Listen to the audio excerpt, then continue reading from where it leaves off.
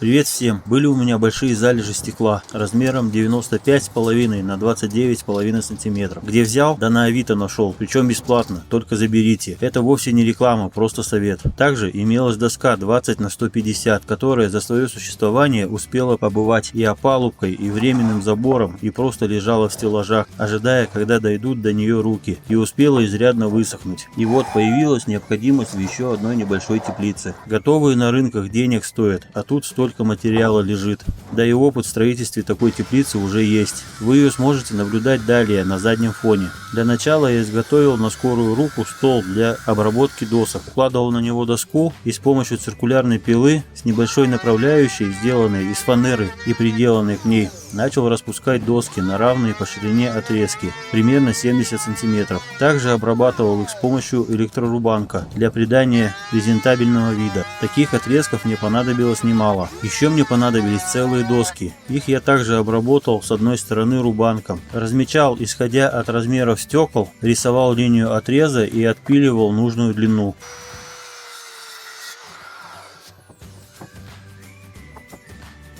Разметил вторую доску и отпилил. То же самое делаю и с ранее распиленными отрезками.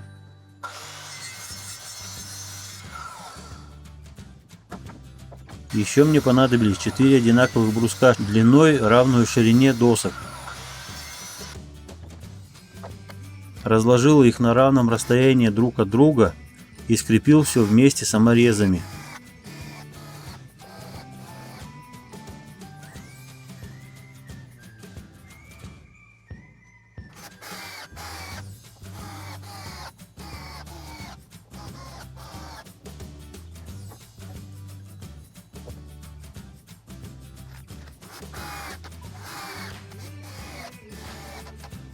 В итоге у меня получился вот такой брус для нижней обвязки, и таких мне понадобилось 2 по 3 метра и 2 по 2 метра. Далее установил нижнюю обвязку, выровнял по горизонтали и относительно друг друга и скрепил вместе.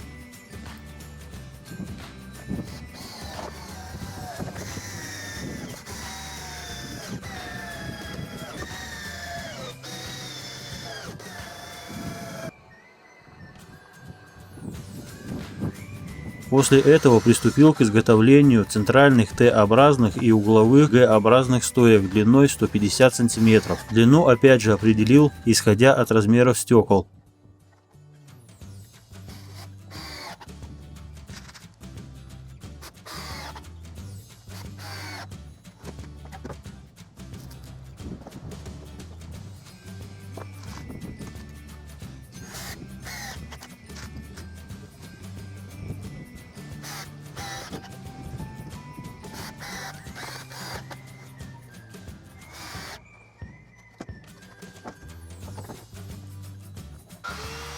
Также подготовил 3-литровый ригель.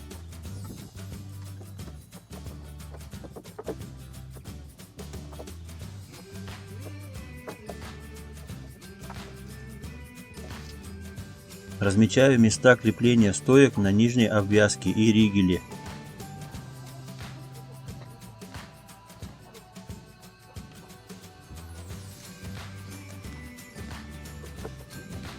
Соединяю стойки с ригелем.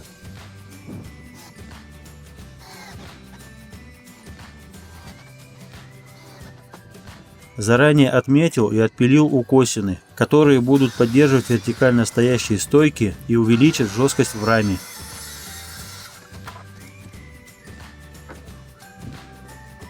Креплю почти готовую раму к нижней обвязке.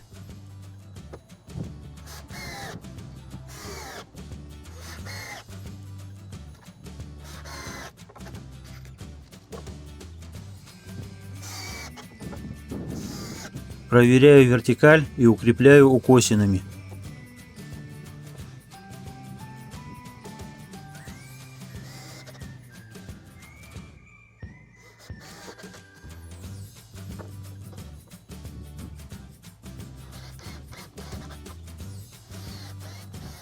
Точно такие же рамы я изготовил с противоположной стороны и задней части теплицы.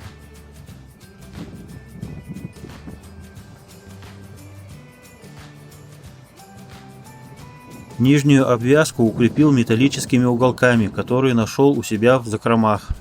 Далее приступил к передней части теплицы, где будет располагаться дверь. Сначала установил верхнюю обвязку, затем приступил к установке Г-образных стоек, которые будут играть роль дверной коробки.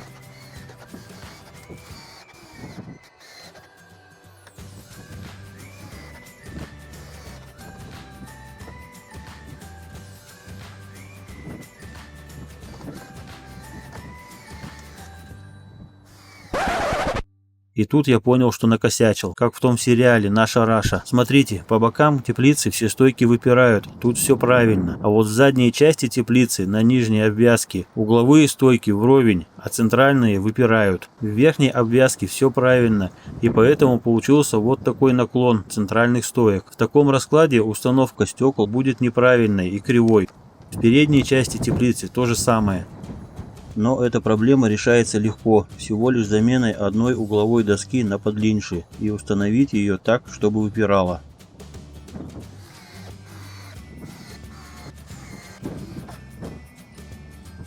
Не забыл я и про укосины.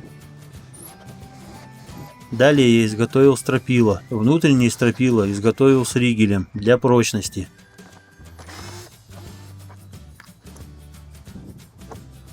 Установил по бокам теплицы верхнюю обвязку и приготовил уголки для крепления стропил к обвязке.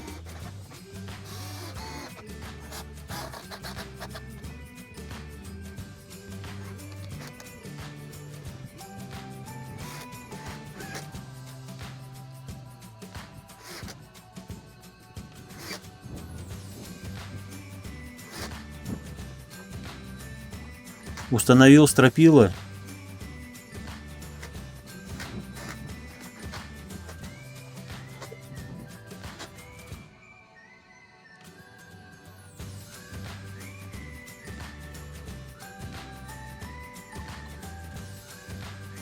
и соединил их коньковым прогоном, и все закрепил саморезами.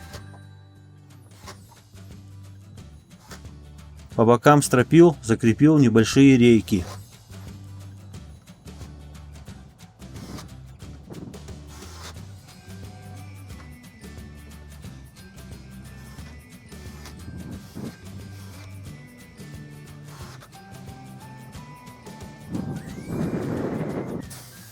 И приступил к ускоренной покраске при помощи краскопульта, так как погода постоянно вносила свои коррективы, то ветер, то солнце, то похолодание, а теперь и надвигающиеся тучи. По личному опыту скажу, что лучше покрасить до дождя, чем после, особенно сухое дерево. Даже свеженанесенная масляная краска создает пленку и не дает влаге проникнуть в дерево.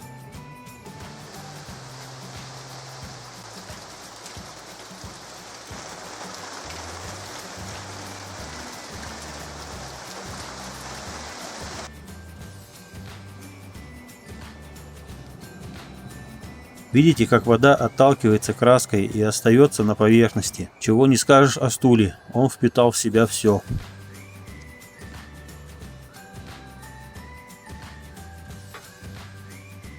На следующий день распогодилось, вторая половинка приступила к мытью стекол, ну а я к ответственной части – установке стекол в рамы. Установил первое стекло и закрепил его саморезами с широкой шляпкой. Тут главное не затягивать, а лишь слегка прижать, чтобы стекло не лопнуло.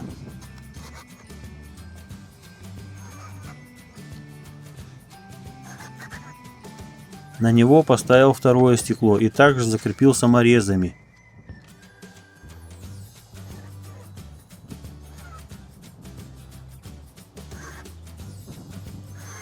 Затем третье, четвертое и пятое.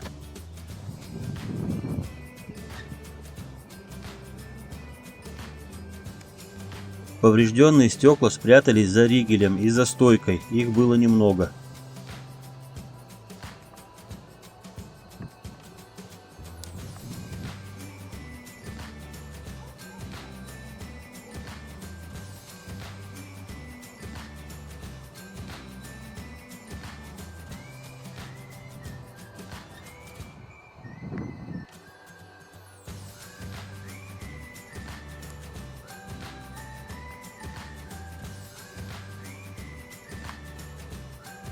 Зазоры между стеклами практически отсутствуют, так как соприкасающиеся стороны уже отшлифованы и практически ровные.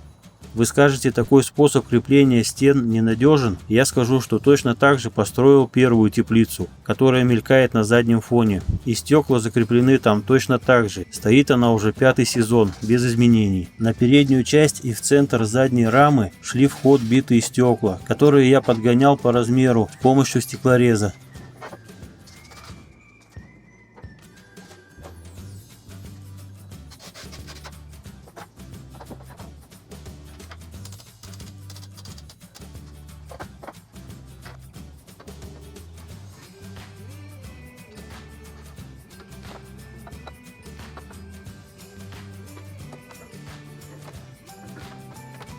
В верхней части к стропилам стекла я крепил на силикон. Опять же, по личному опыту скажу, силикон держит очень хорошо. У себя на веранде я сделал стеклянные двери и посадил стекло на такой же силикон. Так вот, однажды, чтобы заменить нечаянно разбитое стекло на другое, мне пришлось изрядно помучиться, вырезая его из дверной рамы. Все стыки и зазоры я также промазывал силиконом.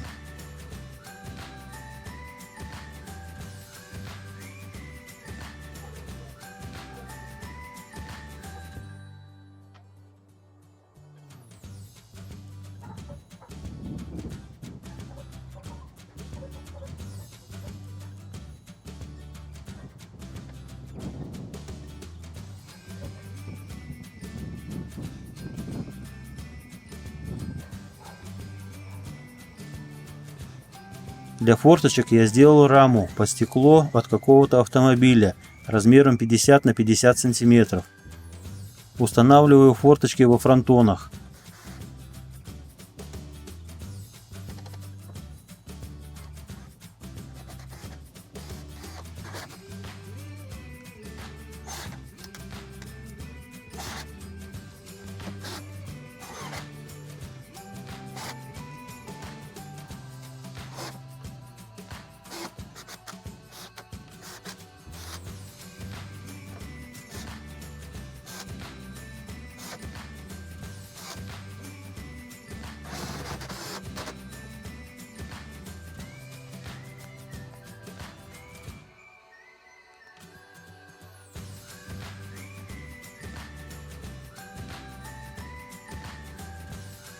На верхней обвязке закрепил деревянные плинтусы для упора стекол и частичного отвода дождевой воды.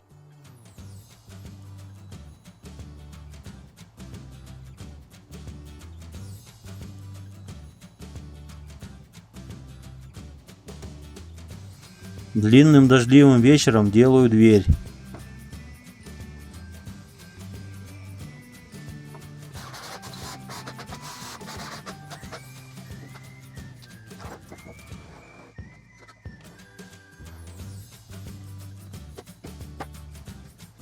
Установив дверь на свое место, опять креплю какие-то автомобильные стекла.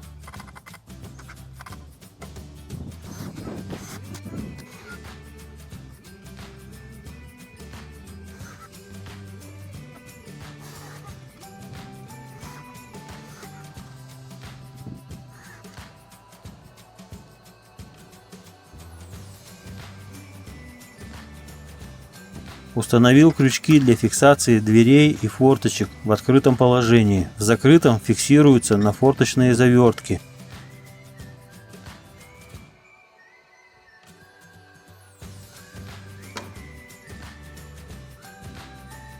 В форточках стекла я закрепил на оконные уголки, так как стекло тяжелое, каленое, да еще и подвижная часть, чтобы не упало на голову, крепеж должен быть надежным.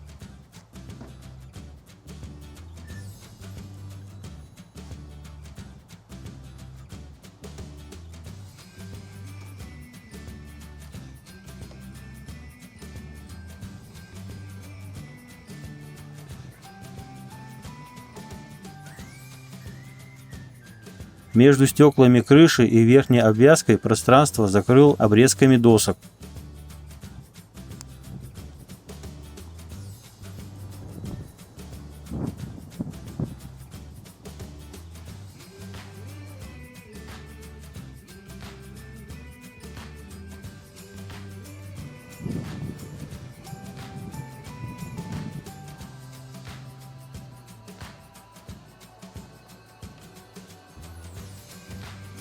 Нижнюю обвязку изнутри покрыл битумной мастикой от гниения при контакте с землей и на всякий случай проложил остатками пластиковых панелей.